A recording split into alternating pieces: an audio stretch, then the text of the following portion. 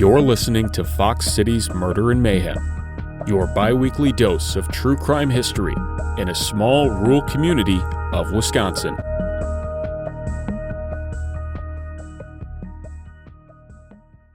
Hey everybody, welcome back to another episode of the Fox City's Murder and Mayhem. I'm Eric. I'm Gavin. Gavin, we're back after a slight delay on this recording thing. Are we? Yeah, little vacay thing going on, you know? Oh, yeah. That's right. I was on vacation. I completely forgot that I was.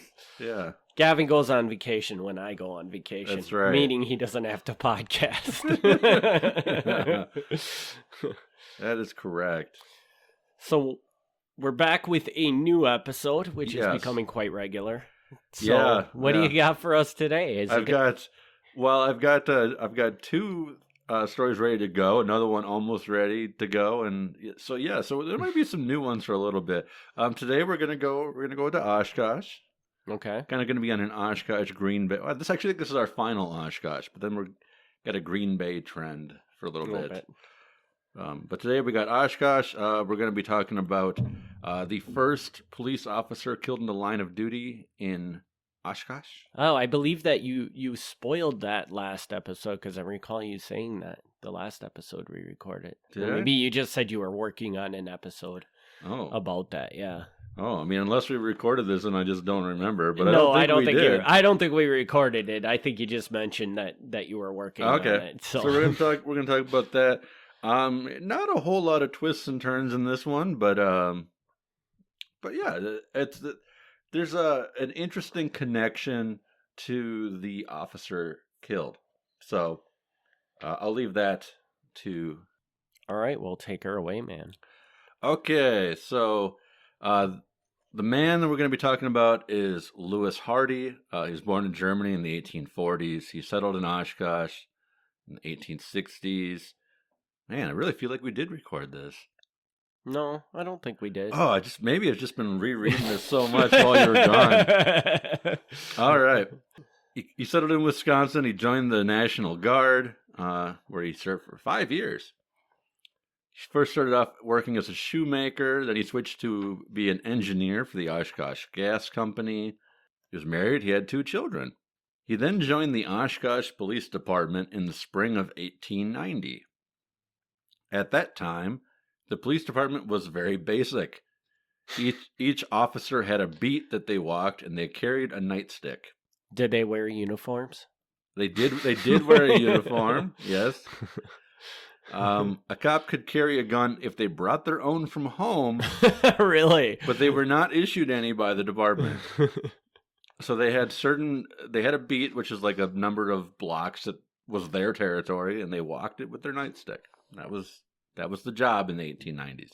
Sounds like more like a security guard, really.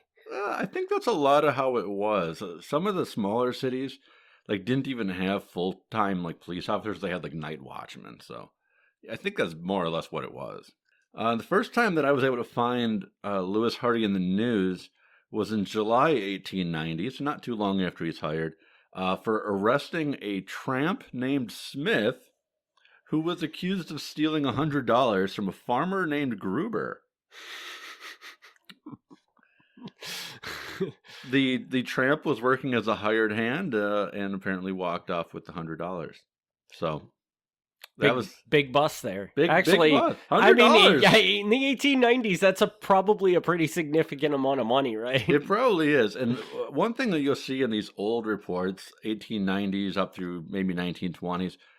There's tramps everywhere. And tramps, if anyone doesn't understand this, tramps in this time period means bums or hobos. Okay.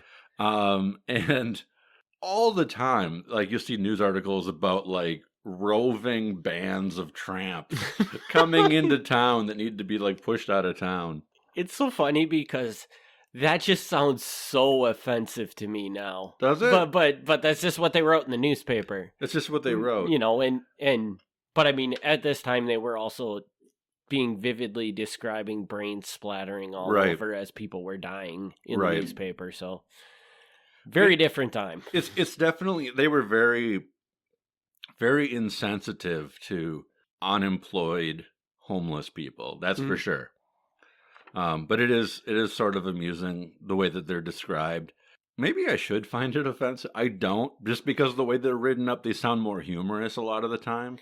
Because like they describe these guys as like these sort of jolly fellows who roll in on boxcars, and I don't know. Maybe the newspaper has misled me, but it sounds like these guys kind of wanted to be that way. Anyway, so Officer Hardy's primary beat was on South Main Street. It was a rowdy part of town with saloons and drunken fights. On July 28th, 1890, so like not even like a week after this other arrest, 2 men were fighting in Robert Johnson's saloon at 45 Kansas Street. Concerned bar patrons flagged down Hardy, who was able to break up the fight and dragged one of the men, a man named Frank Kitzinger, with the help of another bar patron, to the police station. This was apparently all done on foot. Like they were physically actually dragged to the police station. Mm-hmm. Hardy went back to the saloon to arrest the second man. People in the bar said that the man, named Hank Ripple, had been threatening them with a revolver, saying he would shoot the next man who touched him. Hardy couldn't find any gun, but arrested him anyway because of his role in the fight. Ripple had a bad reputation. One news report said his history could fill volumes. I'm not sure specifically what he had done, because these volumes it could fill I could not find. So I don't know, but just a bad reputation. Not far from the saloon, Ripple reached in his pocket and pulled out a gun that had been missed in the search. It was a .32 revolver, and Ripple got off at least 2 shots, probably 3. Hardy was shot and staggered into Fred Schild's saloon, which was next door to the first saloon. He fell face down and died in a groan. Wow. Ripple went back into Johnson's saloon. Johnson's 17-year-old daughter Amanda saw him reloading his revolver, so she ran upstairs frightened, which, as she should. Mm-hmm. The police were alerted and came to the scene, including Police Chief R.J. Weisbrod. Ripple had not gone far and was found behind the saloon. I don't know why he didn't go further, because, again, this is all on foot, so I feel like he had time, but, oh well. The chief had to hold people back with his club, as calls for a lynching were strong. A horse-drawn carriage driven by another officer arrived and brought Ripple to the police station. When asked for a statement, the chief said the newspaper was the cause of Hardy's death because they had spread stories of Hardy using his club on tramps, and this made Hardy more hesitant to use it on Ripple. So, let me go back here. The cause of his death is because the newspaper reported that he liked to beat tramps. And because of the bad publicity, he didn't beat Ripple. And because he didn't beat Ripple, that's why he got shot. Yes. So he got killed for not beating a man. Reporters spoke to Ripple at the city jail, and he said he only shot Hardy after Hardy beat him with a club, though this was contradicted by all the witnesses, that there was no beating. Ripple did have a bruise on his shoulder that he claimed was from the club, but nobody had seen that. The reporters returned to the jail later, and Ripple changed his story to say that he thought Hardy was trying to rob him and fired the gun to scare him off. There was no intention of actually hitting him. When asked about his life, Ripple said he did not know when or where he was born, but he thought he was probably about 50 years old. He had been married twice. His first wife was named O'Brien, but she divorced him to marry a doctor in Clintonville. His second wife was named Mrs. Brennan. She lived on 50 acres of land outside of Oshkosh. Sometimes she let him stay there.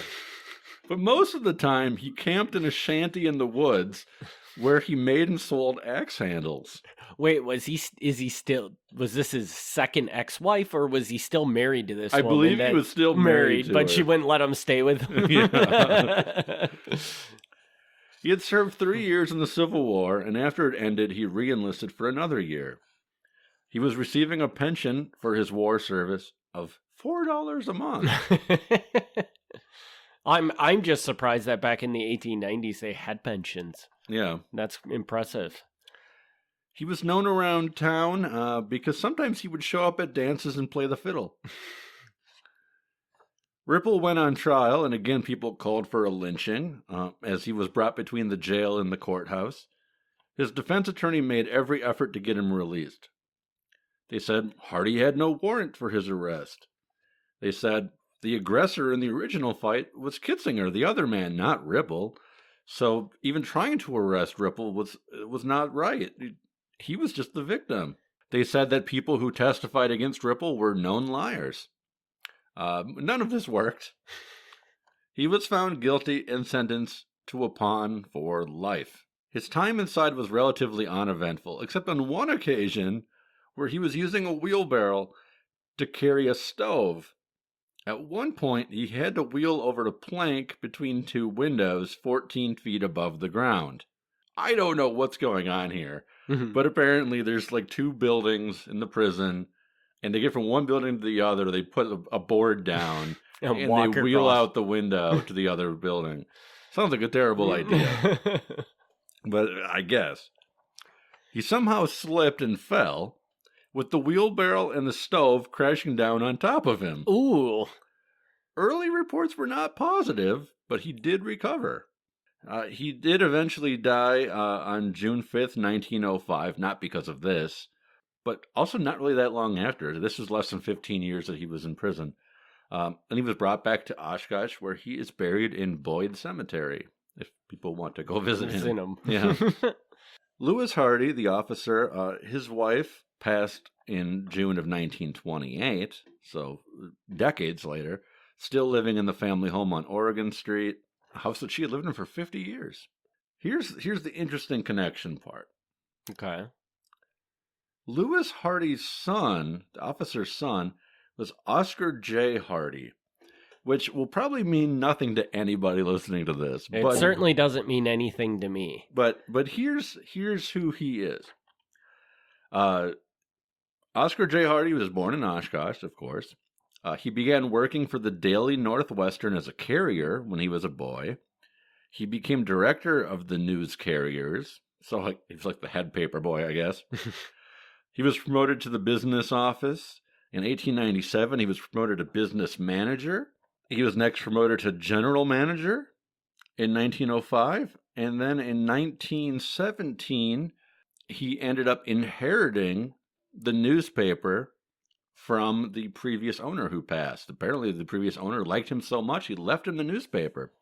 So in 1917, Oscar J. Hardy becomes the owner-publisher of the Oshkosh Northwestern. Interesting. Yeah. Does the Oshkosh Northwestern still exist? It sure does. It does it? Wow. It sure does. At least I'm pretty sure it does. I don't know. I mean, maybe Gannett killed it. Or it's owned by Gannett now. It is owned by Gannett. Okay. That part I know, but they might have killed it. I don't know. But up until recently, at least, it did exist. Oscar married Gertrude Widener, who was the daughter of another newspaper publisher. They had two daughters. One of the daughters married a prominent beer manufacturer in town. So he ended up doing really well for himself. Going from being a paper boy, he rose up in the business, took over the entire newspaper, married well. His daughter married into a well-known brewery family in Oshkosh. So going from just being this lowly immigrant, police officer family, which I mean no disrespect to police officers, but it didn't take much to get a job as a police officer back then. This was not a highly skilled job. You did not go to school for multiple years to learn things. No, you just kind of went in and said, yeah, here's your uniform and go to work. Pretty much. Okay, so one thing I thought was interesting when I was kind of looking into this, I see that the Oshkosh Public Museum has a photograph of Oscar Hardy, the newspaper publisher, visiting Carl Laemmle in Hollywood. And Eric says, I don't know who Carl Laemmle is. And again, listeners probably don't either. But Carl Laemmle is the guy who started Universal Studios. Oh. And That's a whole other story. But Carl Laemmle, like, he started out in Oshkosh. He was the manager of a clothing store in Oshkosh. Really? Yeah. And then he moved to California and started Universal Studios. Wow. So I thought this was kind of neat that, like, Oscar Hardy went to California to visit, apparently, his old buddy Carl. And so that was fun. So, yeah, all the great Universal movies of the day came from a guy from Oshkosh. Hank Ripple, the murderer, also had a son. Okay. His son was Ernest Ripple. He was born in Oshkosh and was raised as a farmer. He ended up dying in August of 1952. He was buried in the county farm in an unmarked grave, which is basically like, the poor man's cemetery. He was 76 years old, divorced, and declared insane at the time of his death. Wow. So I just add that on there to show that the two men's sons went in very different directions. Yes. Yeah. So my biggest question, do you know? So you said that they didn't have to carry guns at the time of this. Do you know? Did you ever look in to see when Oshkosh cops started carrying guns? Like, no. Did this trigger anything, or was it just?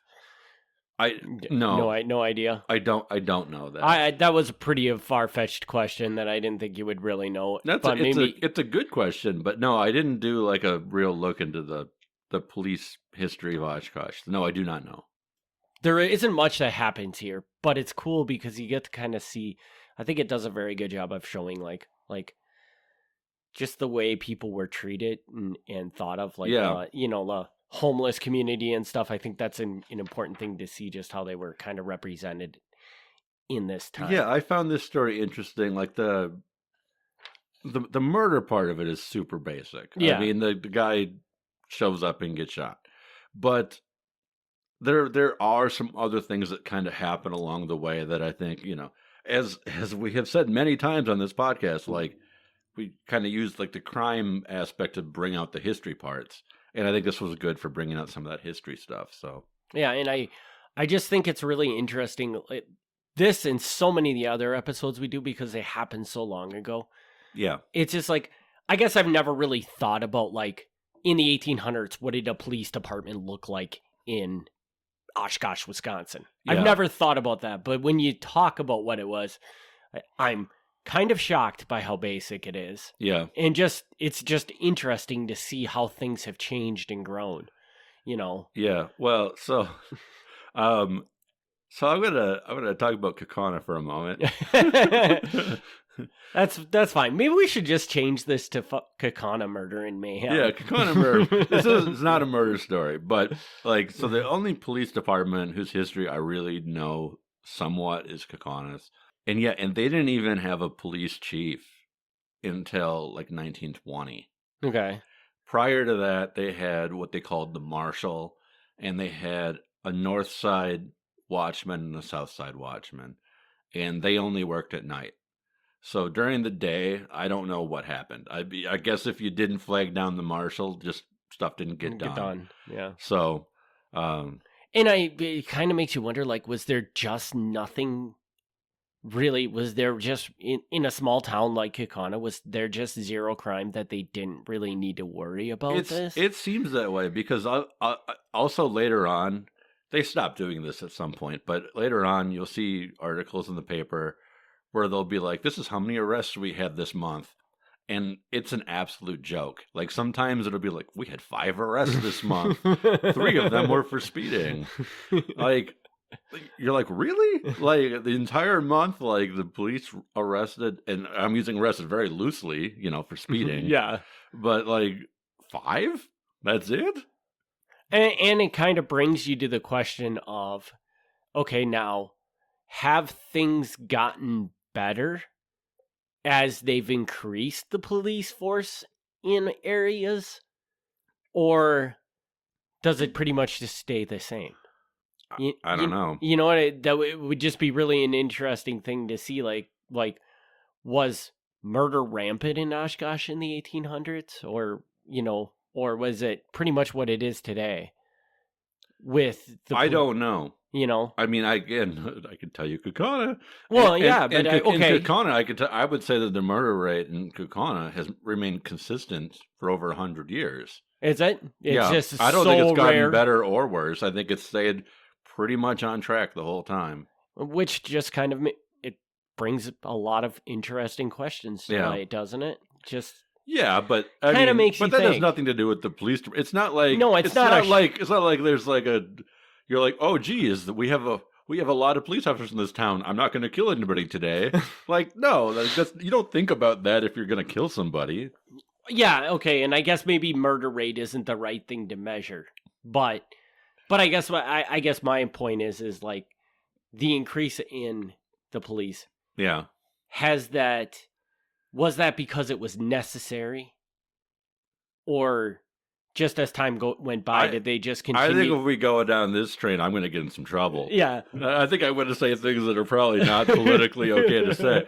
I mean, you know, so I'm going to say this, and I'll probably get in trouble for this, but I kind of feel like it's a self-perpetuating thing.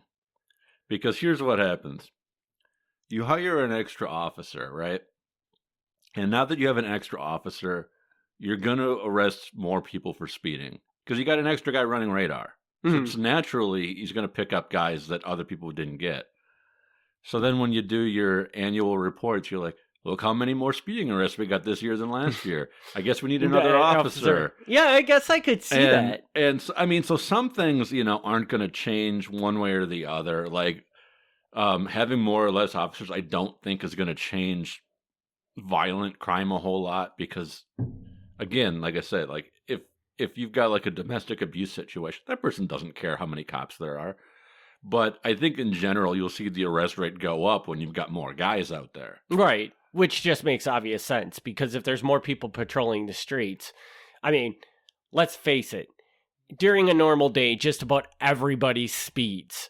I mean, yeah, maybe I do. I don't know if everybody does. Well, a good portion, two of us speed at least once a day. Yes. So that means that a lot of people probably speed once a day. Okay. So obviously everybody that's speeding isn't getting picked up. So by adding more people. And I want to be very clear that we're not saying that we should go back to having cops that just carry around billy clubs. Oh, no. I would not suggest that at all. I'm just exploring the idea of, have we increased police force because it was necessary, or have we just increased it because we could? Because the resources were there to increase it. Yeah. And I think that's an interesting question to ask. I don't have the numbers in front of me to back this up. This is just my personal opinion.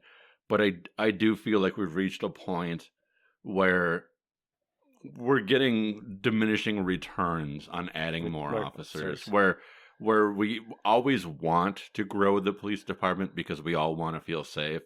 But I don't think that adding more officers is making us more safe at this point. And that obviously that's going to vary city to city. Yes. To clarify that Gavin is saying that based on the areas we are in. I'm basing that on the Fox cities. Which it has a very low crime rate. Right. So in Baltimore, where the crime rate is much higher, it might be a good idea to add police officers. Right.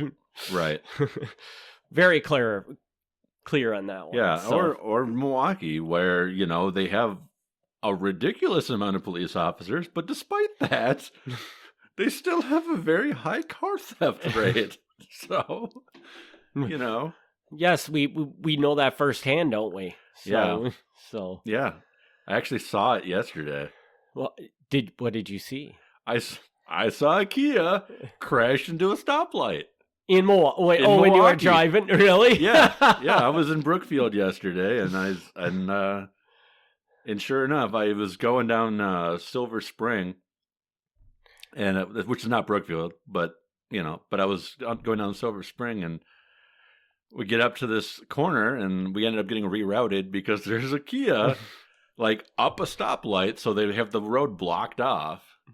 So we should clarify this because many people listening to this podcast probably have no idea. Because I think the only reason why me and Gavin know this is because we know somebody that had their car stolen by this group. It's the main reason I know, yeah. So if you're interested in what we're talking about, just Google the Kia Boys, Milwaukee, and you'll see footage of them. They're a group of kids in Milwaukee that just steal cars left and right, and my understanding is they just drive them around and destroy them, and then once they can't drive them anymore, they leave them where they're sitting. That is my understanding as well. So yeah.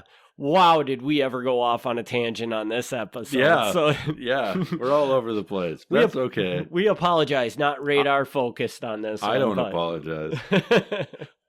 So with that, I think we can wrap this episode up unless you got something else, Gavin? No, we're way off target. We got Gavin in trouble already. Not in trouble. Not in trouble. I mean, it's just it's never really acceptable to question police policy or police hiring. Like people don't like it when you do that. But I don't think I said anything really offensive. No, and again, we're not saying that there shouldn't be police. Police aren't doing a good thing. We're just saying that this brings up. I'm glad we have the police. Point. I mean, I'm not anti-cop. I'm just saying that we may have reached the point where we're safe. Yeah. We're good. And we're going to wrap this episode up because I think we've been on a 10-minute tangent now. Okay, all right. Just cut this whole thing off. Yeah. So with that, we thank everybody for tuning in. We will hopefully be back next week with another episode, brand new episode. I'm sure actually that will happen. Otherwise, you'll catch a rerun and then we'll be back with a new one. So thanks again, everybody, for tuning in. We'll see you on the next one. Thank you. Thanks for tuning in to Fox City's Murder and Mayhem. Join us in 2 weeks for another exciting episode of Murder and Mayhem.